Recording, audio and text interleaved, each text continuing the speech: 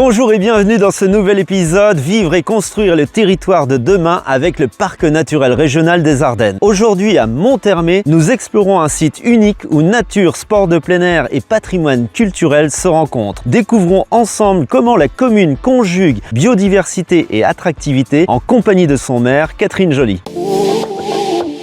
Madame le maire, on est ici dans un lieu caractéristique de Monthermé où le ressourcement se mêle à la pratique du sport. Comment, selon vous, cette dimension culturelle et patrimoniale peut devenir un atout pour le tourisme durable et responsable? Bienvenue sur le site de la Racine qui est à Monthermé, sur la confluence Meuse-Semois, parce qu'on est sur une île entre deux bras de Semois. Et effectivement, c'est un site fort prisé pour cette ambiance particulière qui règne ici, vraiment de calme. Donc nous, avec l'aide et la vigilance du parc, on a pu apporter une petite touche culturelle supplémentaire donc à ce site qui est de prime abord dédié et au repos, à la tranquillité et au sport, avec la création du Jardin des Roches. Là, le parc est venu à nos côtés nous épauler sur les choix des matériaux, sur le respect de la charte au niveau des couleurs, sur la signalétique. Le Jardin des Roches est un musée géologique de plein air. Il est vraiment à destination du grand public. Même les spécialistes pourront y trouver largement leur compte aussi, puisqu'il a été fait en collaboration étroite avec la Société d'histoire naturelle.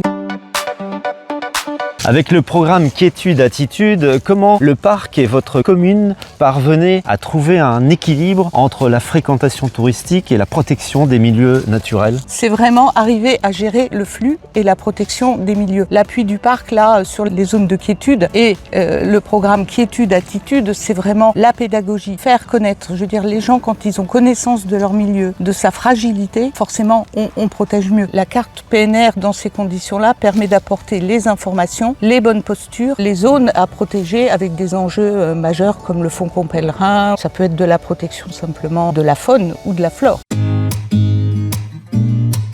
Catherine, les tourbières jouent un rôle écologique majeur comme puits carbone. Quelles sont les actions concrètes menées localement, notamment dans le cadre de Natura 2000, pour les préserver et sensibiliser aussi le public? Là, on est sur un marais, le marais des Hauts-Butets. C'est un site remarquable qui lui vaut d'être classé en zone Natura 2000. Et l'enjeu majeur de tout le travail qu'on effectue concrètement avec le parc, qui en a l'animation et la gestion, c'est de le maintenir en eau toute l'année ou de faire en sorte d'améliorer la sécheresse qui a tendance à s'installer et de maintenir le lieu ouvert parce que c'est la végétation qui vient pomper aussi dans la partie humide. Des actions concrètes, oui, on en a tout au long de l'année. Déjà une avec les chevaux qui pâturent sur le marais et qui ont vraiment un rôle pour canaliser la végétation. Mais il y a aussi des très beaux partenariats qui sont montés entre le parc et les stagiaires du lycée Saint-Laurent qui interviennent sur le marais. Gros travail aussi de pédagogie parce que tout autour du marais, s'il est clos de façon physique pour le protéger, il est aussi un gros outil de pédagogie et d'information à destination du grand public. Avec le réchauffement climatique, il y a des gros défis à relever pour l'avenir et ces zones humides assurent la pérennité aussi de la flore et de la faune. C'est des enjeux d'avenir. Préserver ces milieux-là, on a la satisfaction de voir réapparaître des espèces aussi bien faunistiques que des insectes, etc.,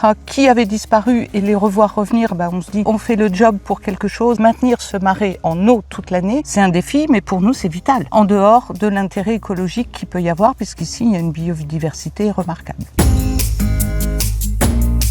Ce reportage montre bien que le dialogue, la concertation et la sensibilisation permettent de conjuguer découverte et respect de la nature. Ici à Monthermé, patrimoine naturel et identité ardennaise se rejoignent pour construire l'avenir du territoire. À bientôt pour un nouvel épisode avec le Parc naturel régional des Ardennes.